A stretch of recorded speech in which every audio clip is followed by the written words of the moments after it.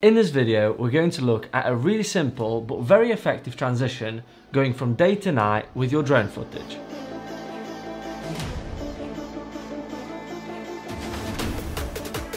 Let's go. Hey everyone, it's Bart here from Trio Stories. It's great to be back with another video and hanging out with you again. So today I've got a really cool technique for you, how to achieve a pretty sick effect, not gonna lie, in a really simple way. I'm going to go through the basics of it, the more advanced ways that you can really perfect this transition, and finally we're going to look at how you can really make it your own and kind of add that little personal spice and make it right for your project. The basics. You're going to need 2 shots, a day and a night shot. Pretty simple so far. They are going to need to be fairly closely aligned.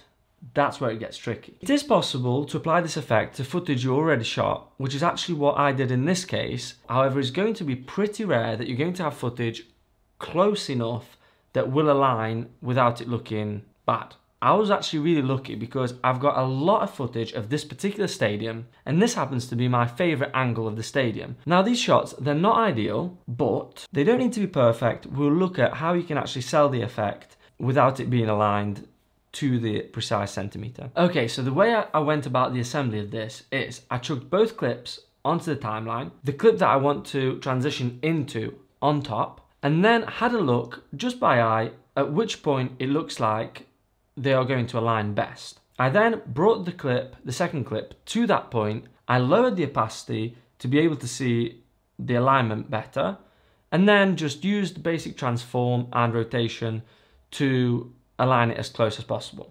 But what if we want to go further than not looking too bad? In the second point, we're going to look at how to make this more advanced and really polish it up. All right. Pretty much all of your mainstream drones, DJI, mainly DJI, have this Waypoint feature. This means that you can preset a flight path for your drone and save it. You can see where this is going, right?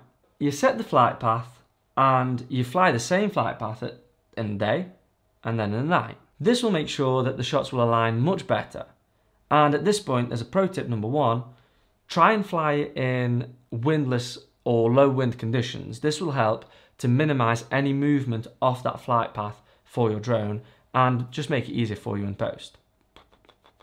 Just a note reference. There is also some more advanced legwork to be done in post. What you need to do is use the more advanced transformation tools to warp the perspective and distort the shots so that they match perfectly. In my case, like I mentioned before, I didn't actually use the set flight paths, but using the skew function, I was able to get the 2 shots really close and get the transition to a much better point than that initial video that I showed you.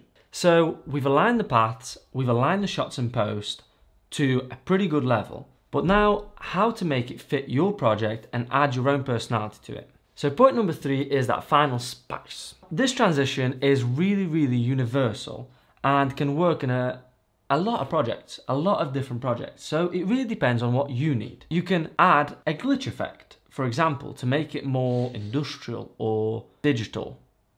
You can add something like an alpha or a luma fade, which should also look pretty decent. A slightly more advanced technique still would be to mask out certain portions of the video. For example, in the stadium scenario, I think it would look really cool to mask out the lights so that basically the big stadium lights flicker on first and then the rest of the image follows after. In my particular case, I wasn't able to do that because the alignment is just not there for it to look good. It looked bad. So I won't be showing you that. One more effect that I saw before which worked really well but maybe is a little cheesy was like a lightning strike. So there was kind of like a weather effect, and in this particular case it did actually work quite well, but I imagine the usage of that can be quite limited. The nice thing about this transition is that even in its simplest form it is really effective and adds a wow factor. And not only that, there is also a lot of room to grow into it and develop it and advance it to your own liking. For me, it was really useful because I had a very short deadline for a project, probably 4 or 5 hours to edit it, and it helped to really add that wow factor whilst transitioning from day to night. Simples. Before we end, pro tip number 2, audio will really help to sell this effect. And I don't mean just audio effects such as adding a little audible glitch or adding some sort of whoosh, but I also mean timing it with the music. So in this example, you can see how a fairly monotonous song doesn't really do anything for the transition.